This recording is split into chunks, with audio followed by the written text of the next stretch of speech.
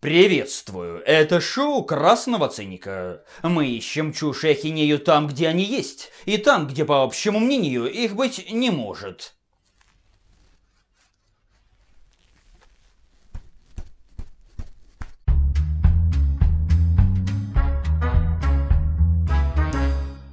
Среди игр, посвященных современности, есть всего 3 иконы стелс-жанра. Это Splinter Cell, Metal Gear Solid и, разумеется, Hitman. Все они могут похвастаться уникальной игровой механикой и запоминающимися героями. Один предпочитает лазить по карнизам, делать растяжку под потолком и убивать врагов из темноты. Другой ныкаться в картонных коробках, ползать по-пластунски и периодически выслушивать 3-часовые лекции про то, как космические корабли бороздят просторы Большого театра. Третий же умеет прятаться не прячась, просчитывать ходы на много шагов вперед и убивать незримо, маскируя устранение под несчастный случай. Этот третий как раз и есть Хитман, или точнее Агент 47. Кто же он такой? Да, клон, созданный из генетического материала 5 разных людей. Материала, над которым хорошенько поработали, устраняя недостатки и улучшая достоинства. А в итоге, если сравнить 47-го с обычным человеком той же комплекции, то клон будет обладать большей силой, реакцией и выносливостью. Способен терпеть сильнейшую боль и в кратчайшие сроки восстанавливаться после ранений. Особо отметим, программа клонирования задумывалась не для того, чтобы сделать мир добрее и чище. Ее целью было создание убийцы, настолько же идеального, насколько послушного. Но, как обычно, с 47-м что-то пошло не так. Вопреки желаниям создателей, он сохранил свободу воли и, несмотря на почти полную безэмоциональность, способен к сопереживанию. С самого детства 47-й подвергался жесточайшим тренировкам, превратившим его в специалиста в большинстве областей военной науки. Он великолепный диверсант, шпион, рукопашник, снайпер, да и вообще пользователь любых видов оружия. И не только оружия. А внешне 47-й это высокий лысый мужик с суровой рожей, штрих-кодом на затылке и низким глубоким голосом Дэвида Бейтсона. 47-й всегда спокоен и безэмоционален, и, как правило, проявить его настоящие чувства способны только глаза.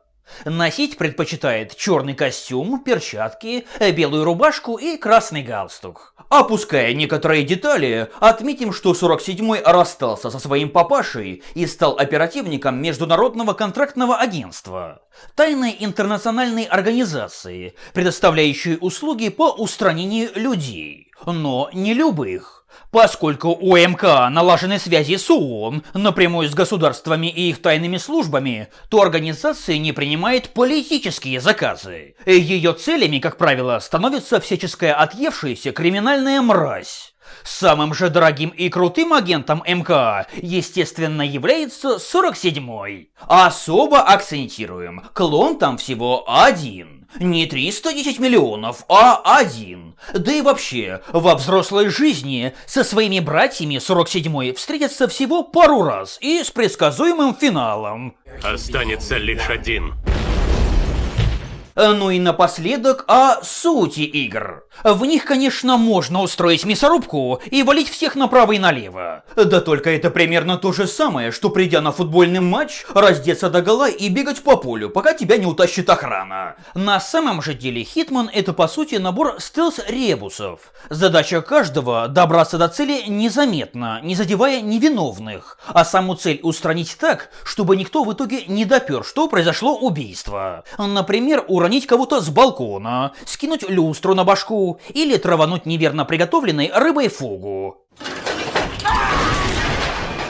Игры о Хитмане пользуются заслуженной популярностью. Герой харизматичен да нельзя. А идея супер-пупер-киллера сама по себе достаточно кинематографична. Не мудрено, что Голливуд в итоге загорелся желанием перенести деяния 47-го на большой экран.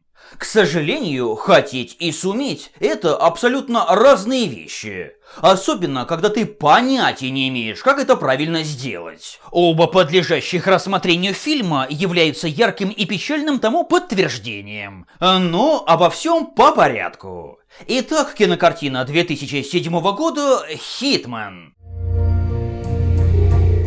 Фильм начинается с того, что на фоне вступительных титров под «Аве Марию» нам показывают толпу лысых детей. По идее, это должна быть отсылка к оригиналу. Типа, глядите, как начиналась история нашего героя. Да только судя по тому, что дети друг на друга ничуть не похожи, и более того, среди них есть аж целый араб, индус и азиат, становится ясно, что никаких отсылок здесь нет. Ну да, нам показывают сидение в воде и какие-то тренировки, но это не дает и 5% информации о детстве настоящего 47-го. Кстати, обратите внимание, что на штрих-кодах цифр нет, а они должны быть. Затем нас разом переносят на 30 лет вперед, в Лондон. Агент Интерпола Майк приходит домой поздно ночью, а там бац, его ждет 47-й. Зачем? Поговорить. Хитмэн с первых же минут, причем в ситуации, которая полностью под его контролем, чересчур эмоционален. Сядь. Это что ли холодная безэмоциональность культового убийцы? Вы хороший человек, инспектор. Господи, ты еще спроси, тварь я дрожащая или право имею? Потому что настоящий 47-й о подобных разговорах ну прямо мечтает. Просто ему вести их не с кем. Короче, по-другому отмотать события на 3 месяца назад авторы фильма не додумались. Теперь мы уже в Африке. Ну и пока злобные отморозки тянут какого-то бедолагу к своему главарю, Хитмэн за кадром рассказывает о себе. Ну просто потому, что это офигенный такой художественный шаг. Есть одно агентство, известное просто как организация, но у нее есть связи с правительствами всех стран. Перевод, прямо скажем, не ахти. Мало того, что отсюда вырезан важный для повествования пассаж, так еще и больше исковеркан голос 47-го. У исполнителя главной роли Тимоти Олифанта тут и сам по себе слишком высокий и добрый. How does a good man decide when to kill? В переводе же получилась вообще какая-то неуверенная школота. Среди детей, от которых отказались родители и сирот. Ну, теперь-то ясно, откуда взялись китайцы. Перед нами очередная альтернативная вселенная. Агентство смешали с тайной организацией папаши 47-го и выкинули нахрен клонов. Действительно, а зачем они нужны? Нафиг вообще эти игры с генетикой? Наберем мексиканцев с узбеками и все будет зашибись. Зачем штрих-коды? А чё вы у меня-то спрашиваете? В настоящем агентстве лысый со штрих-кодом был всего один.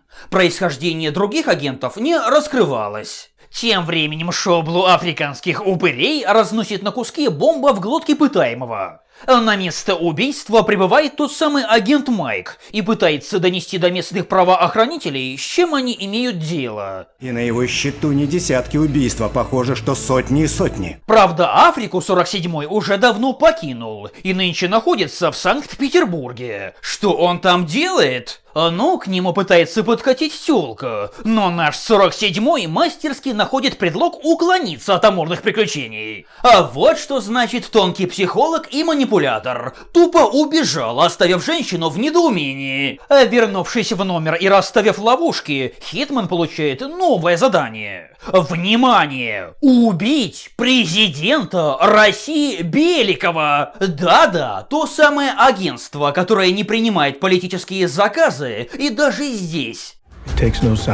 поручает 47-му устранить цель высочайшей политической важности – логика. New Russian президент придерживается умеренных взглядов, является другом Запада и шпрехает с родной трибуны на английском. Интересно, кого мне эта личность напоминает. Ах да, а еще у него есть брат, баржащий оружием и наркотой, которого этот недопрезик покрывает. Ну а разве может быть иначе? У этих русских только так. Странно лишь, что родича Беликова каннибалом-сталинистом не сделали. Нам же показывают ликующую толпу, которая встречает Беликова возле Национального театра Болгарии, расположенного, да-да, прямо в центре Санкт-Петербурга. Судя по ушлепанской военной форме, в альтернативной российской армии прошла реформа под эгидой очередного Юдашкина. Впрочем, что президент здесь забыл, да и вообще, почему почти все события фильма будут проходить именно тут, а, например, не в Москве, столице Российской Федерации, нам, разумеется, не поясняют. И никогда не пояснят, ведь Хитман уже разносит Беликову башку. Да-да, самую подвижную часть тела, куда снайперы, как правило, не стреляют. Ну и, видимо, чтобы было проще искать точку, откуда сделаны выстрелы, Хитман уничтожает улики прямо возле окна, из которого стрелял. Гениально, да! Только 47-й собирается вострить лыжи из Питера, как тут накладочка. В Санкт-Петербурге была свидетельница. Правда, сам свидетель, а точнее шлюхообразная свидетельница, никак не реагирует на лицо нашего героя. Зато блестящая макушка 47-го настораживает какого-то неудачника на крыше. Тоже вроде лысый, тоже со штрих-кодом, а машет раз за разом. Профи, да! Что Майки? Он уже прибыл в Россию. Беликова легко ранили одним выстрелом с расстояния 4 километра. А почему не 10 или сразу не 100? Рекордный снайперский выстрел в боевых условиях составляет чуть меньше 2,5 километров.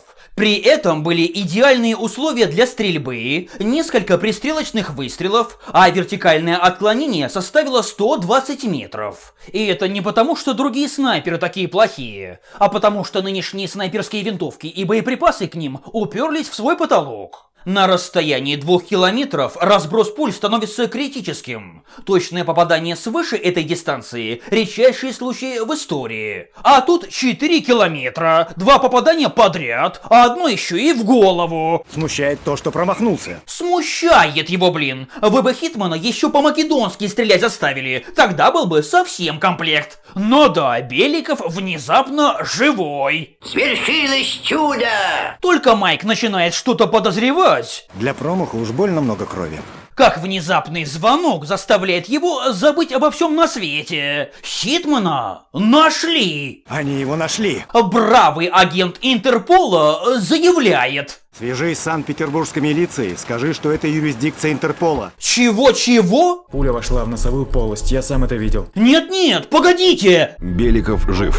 Чья юрисдикция? Если вы меня подставили. Итак, 47-го подставили. Да-да, самого продвинутого агента, способного выполнять невыполнимое и приносящего кучу бабла, решили подставить и выкинуть на мороз. Просто потому, что... потому.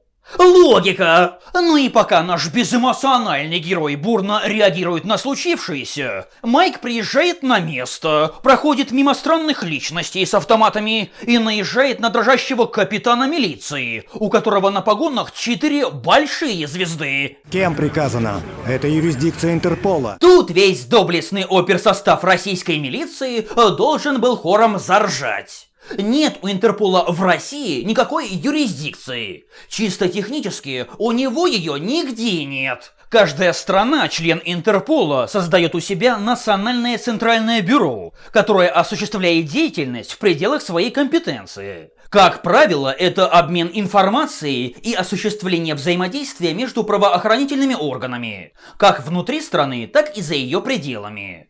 Но даже, собственно, российское бюро не уполномочено осуществлять какую-либо иную оперативно-розыскную деятельность, кроме опроса, отождествления личности и наведения справок. Причем формально, на момент съемок этот список был еще меньше. Так что показанное в фильме это не просто идиотизм, а отмороженный идиотизм. Ну и с какой стати этим занимается ФСБ?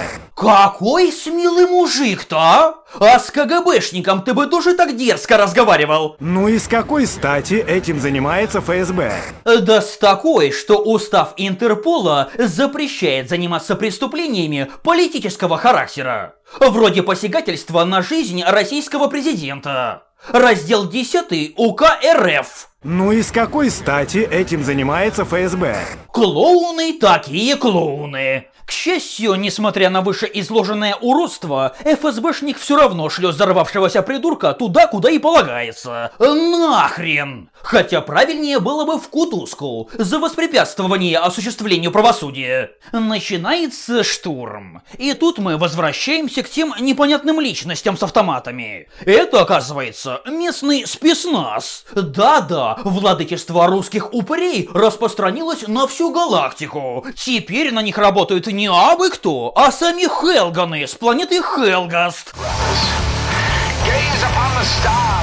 Не успевают тупые русские взорваться в номер, как 47-й посредством веревки на балконе незаметно десантируется этажом ниже. Действительно, так и надо планировать штурм помещения, не поставив под наблюдение окна. Хитман же разживается оружием. Да-да, прямо в коридорной морозилке, куда он предусмотрительно запрятал свои сильвербойлеры. Отличное место! Никто бы в жизни случайно не наткнулся. Ну а затем начинается бодрый отстрел всех и вся. Толпа спецназа редеет на глазах. Патроны 45-го калибра прошибают броню просто на раз. 47-му даже целиться не надо. В общем, русские посрамлены. Но тут выскакивает интерпольная помесь Робокопа с Терминатором, и Хитману ничего не остается, как прыгнуть в реку. Опять ушел. Ну, разумеется, ушел. Оцепить реку, естественно, не надо. Речной полиции в Питере, само собой, нет. А план перехвата — это в принципе идиотская идея. Преступник прыгнул в реку. Все, пошли пить чай с баранками. В итогах... Третья бригада больше не существует. Чего там говорить? Эти тупые обезьяны даже с уликами работать не умеют. Где вас учат так работать? В детском саду? А гнусный ФСБшный упырь вообще отбивается от рук. Делать эту непростую работу предоставьте ФСБ. Ну как это так? Вместо того, чтобы взять под козырек и прыгать перед Майки на задних лапках, ему заявляют, что данная ситуация не входит в его компетенцию. Ну какие нахалы, а? Сами ничего не умеют и еще запрещают что-то прогрессивному европейцу. Тем временем Хитман легко находит якобы свидетельницу.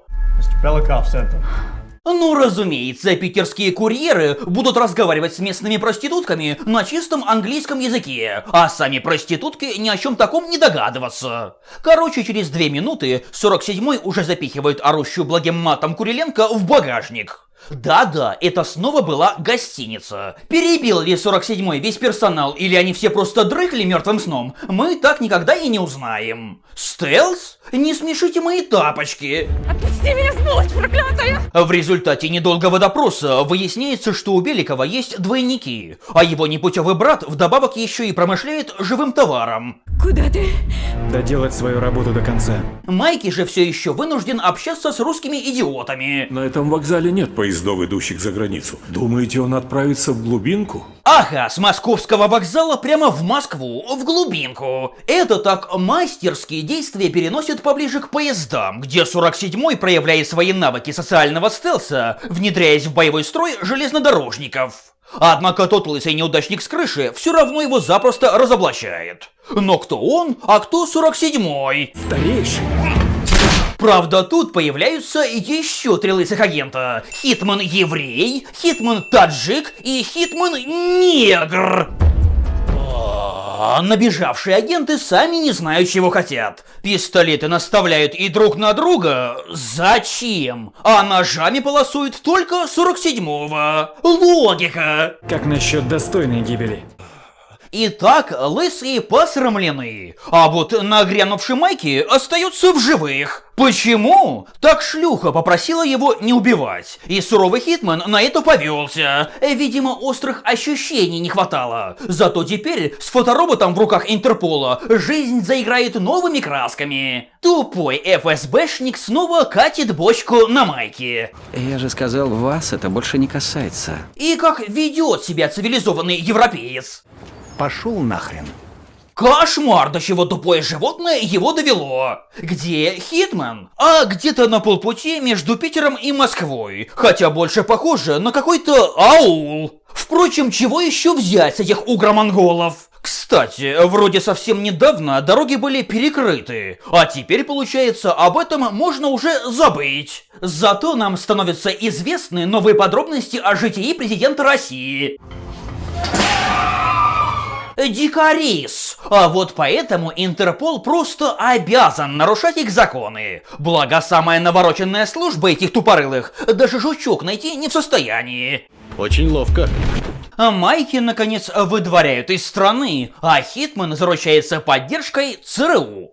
После чего действие переносится в Турцию, где 47-й под видом покупателя оружия, замученного до этого в сортире, встречается с братом президента. Водка, наркотики, шлюхи, бандитские рожи, русские как они есть в мозгах западного обывателя. Ну и чем же торгует брат российского президента?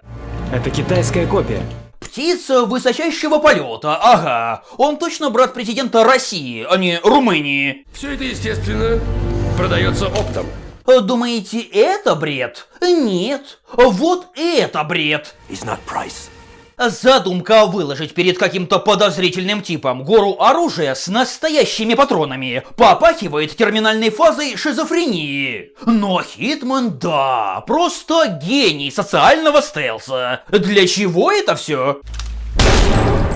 А другого варианта устранения не было?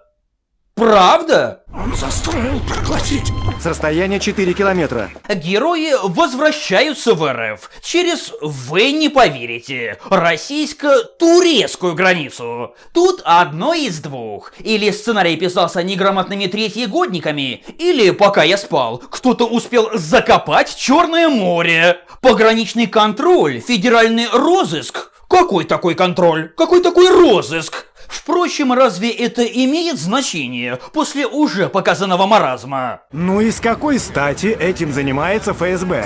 Плохиши тем временем ссорятся, и нам становятся известны подробности их хитрого плана. Оказывается, двойник президента решил стать оригиналом, вот все и закрутилось. Я бы хотел снять с него лицо.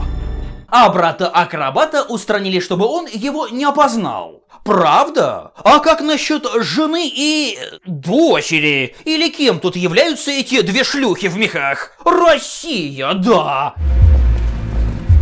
Думаете, это идиотия? Смотрите дальше. Хитман, внимание, запросто заходит в здание ФСБ и выносит оттуда упыря ФСБшника. Нет, во втором Хитмане 47-й проникал в бывшее здание ФСБ. Но, блин, там был социальный стелс. Начальство надо знать.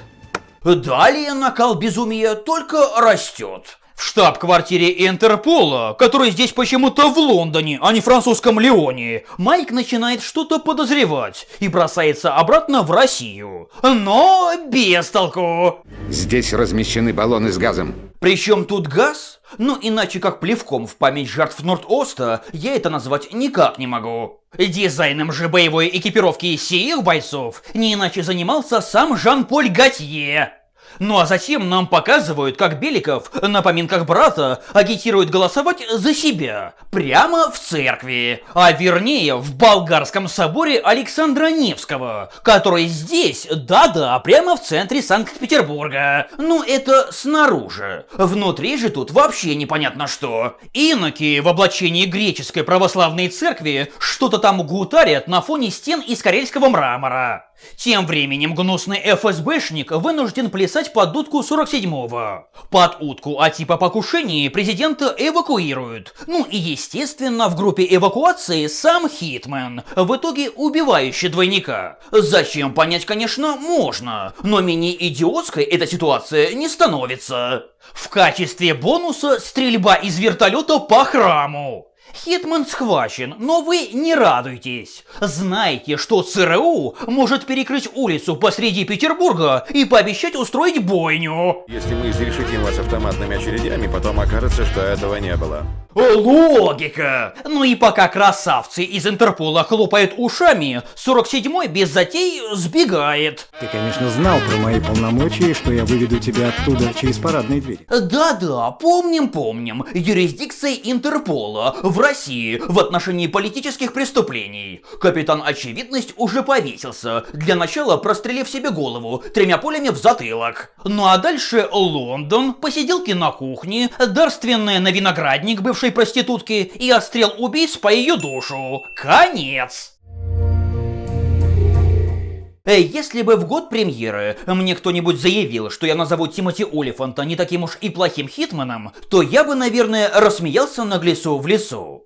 Однако приходится признать, несмотря на будто подведенные тушью глаза и добрый голос, Олифант — это не такой уж мискаст. Некоторые ракурсы вообще точное попадание в десятку. Стало быть, актер вполне смог бы сыграть как надо, если бы ему дали это сделать. Но, к сожалению, получилось то, что получилось. Повествование представляет собой малосвязанный бред. Логика сдохла в конвульсиях. Причем даже Клюква, в общем-то, к этому отношения не имеет. Есть какая-то мегаорганизация, на которую работает суперкиллер с золотой лысиной. И тут вдруг его с чего-то решают слить, подставить и убить. Зачем? Почему? Непонятно. Внятной мотивацией обладает лишь 47-й. Поступки же остальных персонажей можно объяснить лишь повальной шизофренией. Хитрый заговор двойника президента изначально был обречен на провал. И не потому, что организация его бы нахрен послала, а потому что суть плана – бред сивой кобылы от начала и до конца. Напились. Что насчет оригинала? Да уже ясно, что на него был положен болт. 47-й излишне эмоционален, агентство «Сферичные кони» в вакууме, стелса кот наплакал, да и тут хитманом слит. Такие вот пироги. Но шло время, и спустя 8 лет появился еще один фильм о 47-м. Так, может быть, в нем оригинал передан лучше? Сейчас! Итак, кинокартина 2015 года «Хитман. Агент 47». И снова, пока бегут титры, до нас пытаются донести предысторию бездушных убийц. В этот раз к их появлению приложил руки... Кто бы вы думали? Ну, конечно же, СССР. Это в интересах Британии. Убийствами без суда и следствия заняты сплошь джентльмены-красавцы. А вот бездушные уроды только в СССР. Но гениальный изобретатель потому и гениальный, что сильно выбивается из рядов красных тварей. Где он родился? В Украине. Не мог простить себе создание бездушных убийц. Поэтому он мастерски скрылся. Да-да, убежал в лес. Причем так, что его до сих пор не могут найти. Короче, злобные упыри программу закрыли, клоуны, агенты разбежались. Но дело коммунизма живо. Программу клонов-убийц уже который год пытаются возобновить всяческие подозрительные личности. Но безуспешно. Без украинского гения просто никак. А тут как сквозь землю провалился. В итоге у самых злобных плохишей рождается план. Оказывается, дочь Катя, которую Сабж бросил 25 лет назад, должна точно знать, где находится ее папаша. Так мы переносимся в навороченный информационный центр, который находит следы Кати в Берлине и уже замышляет ее полонить. Но не тут-то было. Удаленный доступ, запустить вирус. Плохиши садятся по машинам и... Вам тоже интересно, почему убежище находится не рядом с информационным центром? Да потому что в таком случае не было бы ни зрелищных подрывов машин на улицах, ни снайперской стрельбы из автономных автоматических устройств. Нет, вы посмотрите только на этих придурков.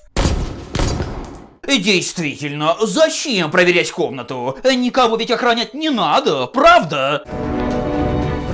47-й выясняет, что Катя в Берлине, и получает на нее досье. Хотя, по идее, раз он давеча вирус загрузил, то доступ к сети у него уже должен был быть, причем без сферичных погонь и допросов. Ну а дальше плохиш подрывается на мине, а на Хитмана прут толпы саранчи. Откуда? Совсем недавно тут ни одной живой души не было. Действительно, разве неизвестный урод, запустивший вирус и подорвавший 2 машины, это повод оторвать задницу от кресла? Ну, разумеется, Хитман всех убивает. Он же крут. Ему даже укрытие искать не обязательно. Стелс, вашу мать. Или эквилибриум. А что же Катя? Ну, она ищет по архивам какого-то неизвестного, спрятавшего ее в канализации 25 лет назад. Нафиг он ей сдался? Ну, она, видимо, все детство ползала по трубам от злобных совков, а теперь просто хочет сказать спасибо доброму человеку. Впрочем, Катя, походу, вообще росла среди диких собак, поскольку считает, что в договоре аренды жилья должен быть указан возраст, рост, вес, а еще цвет волос и глаз арендатора. Мозги включи, а? По таким данным только уголовников ищут. Тебе в другой архив надо, если туда пустят, конечно. В Берлине жили миллионы людей. Но Катя смотрит на тетку, как на говно. 71 291 человек. Ну, давно бы так. Сейчас-то мы его найдем. Чайку заварить не успеешь. Я никак не смогу вам помочь. Девушка обижается и тут же вычеркивает Берлин из поисков. Почему? Да потому. Тут договоры неправильные. Он не годится. Но скиллы разбираться в липовых бумажках и завоевывать доверие архивариусов не единственные достоинства Кати. Она, вы не поверите, еще и умеет предвидеть. Да-да, одним мановением руки сценариста Хитман внезапно превращается в микс особого мнения и Metal Gear Solid с психомантисом. Короче, при помощи чит-кода Катя сваливает за минуту до визита Хитмана, вычислившего дом и квартиру побегушницы. Как? Ну, ткнул пальцем в карту и вуаля, она там. В метро с Катей знакомится Джон Смит. Типа, я хороший, он плохой. Посмотрите на него, на то, как он двигается. Дайте подумать, как замедленный мужик в длинном пальто. Нет, данный эпизод и правда неплохо демонстрирует сверхспособности 47-го. Но какой ценой? Это что ли Хитман? Со стрельбой в метро посреди толп народа? Ну, разумеется, там камер нет. А кадры с кучей телефонов ни за что не всплывут на ютубе уже через 5 секунд. Браво, все именно так и должно быть. Стелс! Погоня же продолжается. Ну, как погоня? Джон и Катя бегут со всех ног, удирают на машине, потом снова бегут. А Хитман по-прежнему идет замедленно, как на прогулке, и догоняет их. Гениально. Однако Джон находит выход. Какой добрый фильм-то, а? Да придурка нашпиговали бы свинцом, как утку яблоками. Но нет, вместо этого его с Катей пакуют и ведут на допрос. Ну и пока тот идет, 47-й изобретает хитрый план. Всего-то делов. Надо обвешаться оружием и... Черт! А вот и нет, обвешаться оружием и сдаться. Ну а потом изо всех сил надеяться, что на допрос вызовут идиота, который притащит с собой заряженную снайперскую винтовку и пистолеты. Я прогнал ваши фото и отпечатки пальцев по всем базам данных. Ничего. А как насчет на YouTube заглянуть? Учитывая модус операнди местного 47-го, там уже должны быть терабайты забавных видосов. Нет, диалог да нельзя эпичен.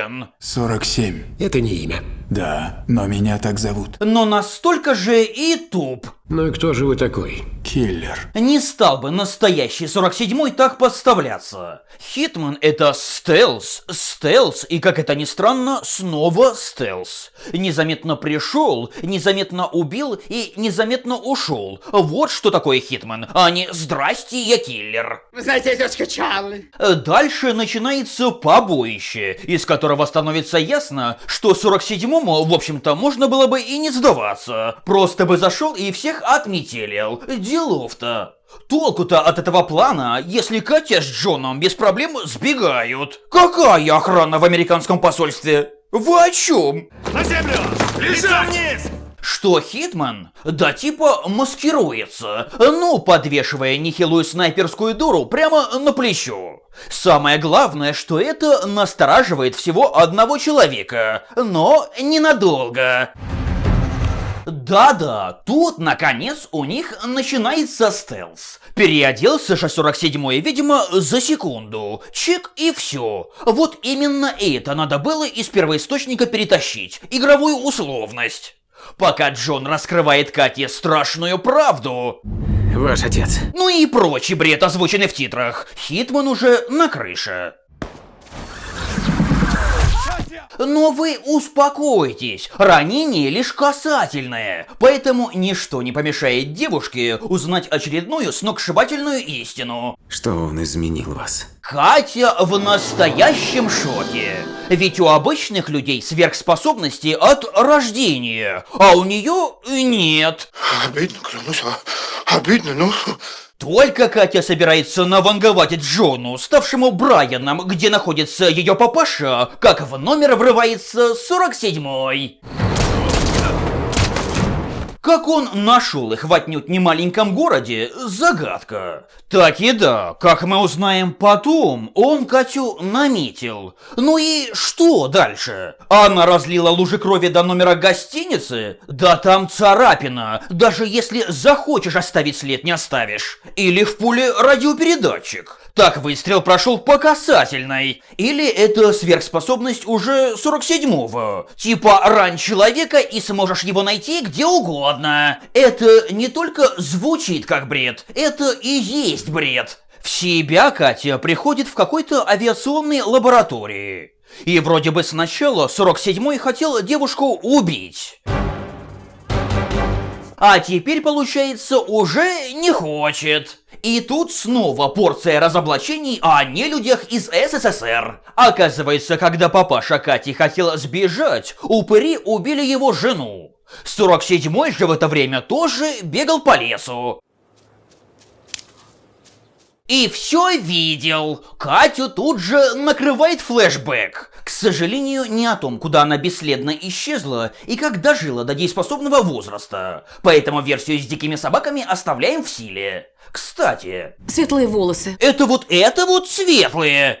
Дальше же Хитман врубает турбину и сваливает, оставляя Катю связанной. Ну типа раз она умеет предвидеть, то запросто найдет и выход из безвыходной ситуации. Как? Не задавайте тупые вопросы. У нее гены, поэтому ей даже тренироваться не надо.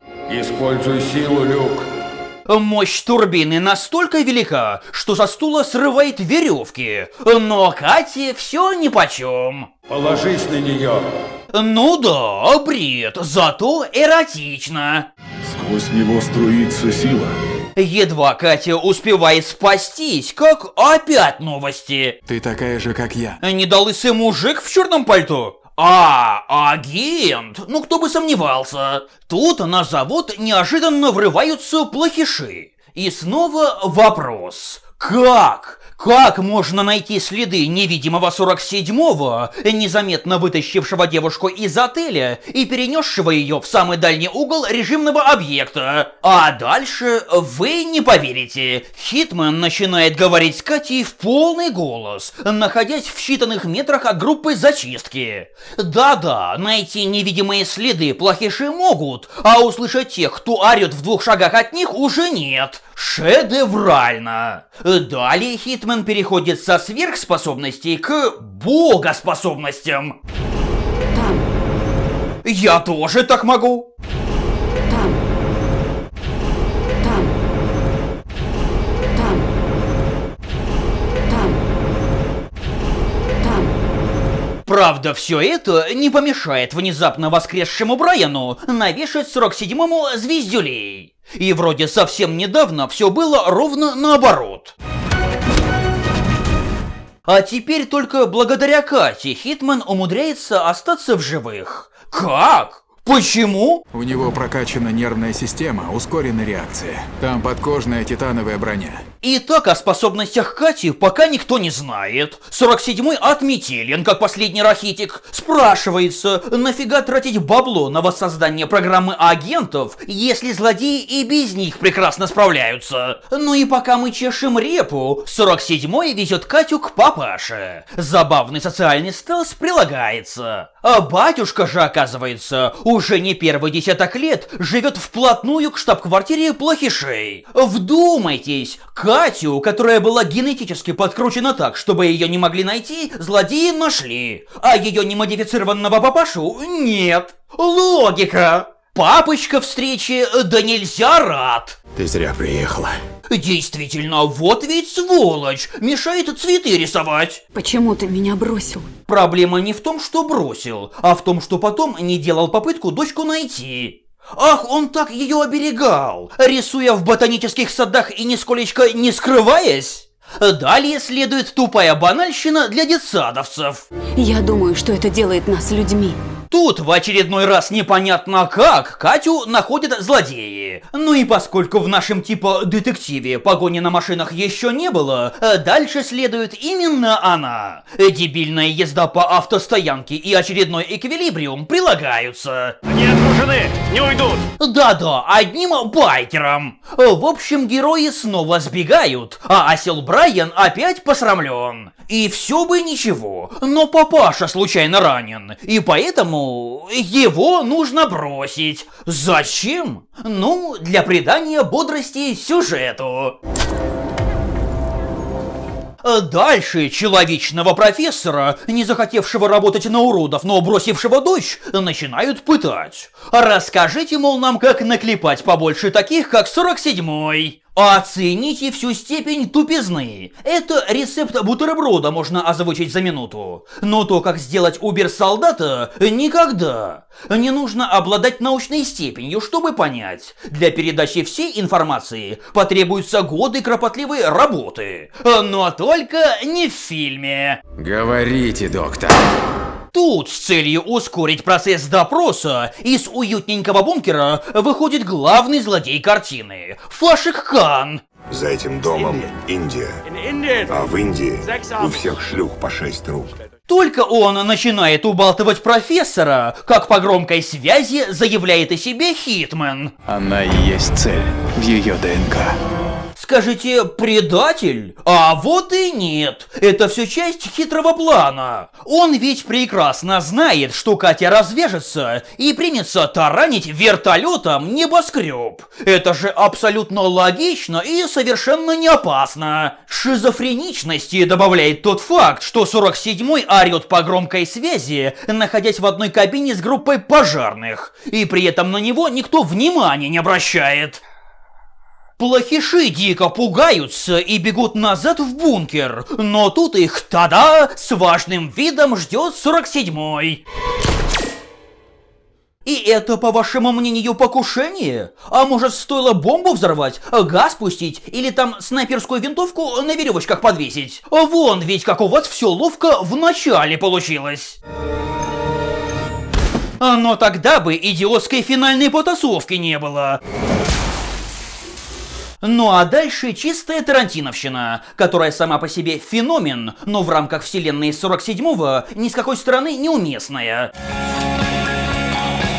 Да-да, матерый убийца и Катя, только вчера взявшая в руки пистолет, все делают одинаково, ибо у них это... как его? Гены! Самое забавное, что в концовке первой игры на 47-го натравили орды более совершенных клонов 48-й версии. Но наш герой их всех перебил. Почему? Да потому что за плечами 47-го стояли годы тренировок и оттачивания профессиональных навыков. И это игровой лор. Но в фильме, само собой, опыт ничто, гены все. В общем, новоиспеченный дуэт агентов налетает на упырей словно словно коса на траву. Впрочем, пока они там выпендриваются, Кан с профессором улетают. Однако, вы не поверите, это тоже часть плана. Вертолет должен отлететь подальше, чтобы самовлюбленный эгоист-ученый подорвал себя с плохишом. Ведь это же так логично. Заканчивается же все появлением из лифта 48-го, удивленной рожей Хитмана и живым Брайаном, перекрасившимся в блондина. Очевидный намек на клонов-альбиносов из 4-й части игры. Но только зачем?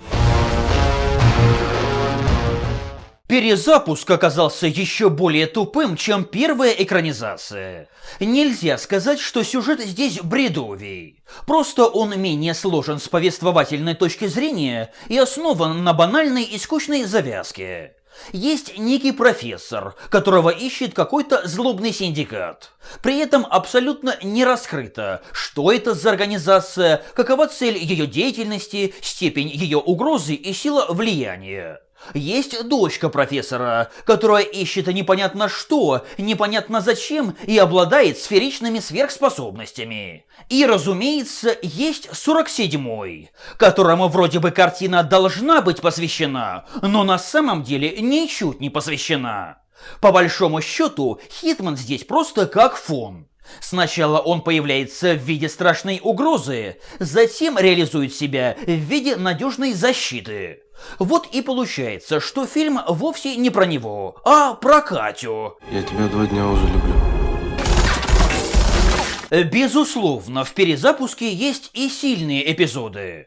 Однако по большей части их поймут только фанаты первоисточника. Поймут, но не примут, поскольку, демонстрируя некоторые игровые достоинства Хитмана, авторы тут же превращают его в отмороженного дебила. Сам же 47-й – это явный мискаст. Форма черепа и недобритые волосы порождают массу вопросов. Нет, я не скажу ничего плохого об актерских способностях Руперта Френда. Но почему на главную роль взяли именно его, если подобными Хитманами полнятся призывные пункты? Плюс у него ровно один. В первой половине фильма, в плане передачи невозмутимости и безэмоциональности, он подошел к образу Хитмана гораздо ближе, чем Тимоти Олифант. Но после встречи с Катей происходит слив и по этой части. А от игр же второй фильм уходит еще дальше, чем первый. Ну о каком стелсе можно говорить, если картина представляет собой сплошной экшен? Да еще большей частью в местах, где толпятся массы народа. Обе экранизации весьма далеки от первоисточника. Дух его перевран, личность героя искажена. С этим фактом никто не спорит. Однако многие при этом утверждают, что правильная экранизация Хитмана невозможна в принципе. Мол, безэмоциональный герой раскрыть себя не сможет, и смотреть на него будет неинтересно. Да и вообще сплошные прятки и убийства – это жуткая скукотища. Неправильный материал, короче. Правда ли это? Но, разумеется, нет. Почему-то играм о 47-м ничто не помешало иметь и внятную историю, и интересный сюжет. А именно идиотские сюжеты – это главная причина неудобоваримости обеих экранизаций. Первоисточник же тут вообще ни при чем. Суть Хитмана вовсе не в ползании на карачках. Личность 47-го прекрасно раскрыта. Помимо самих убийств, в играх красной нитью проходят и мотивы этих убийств.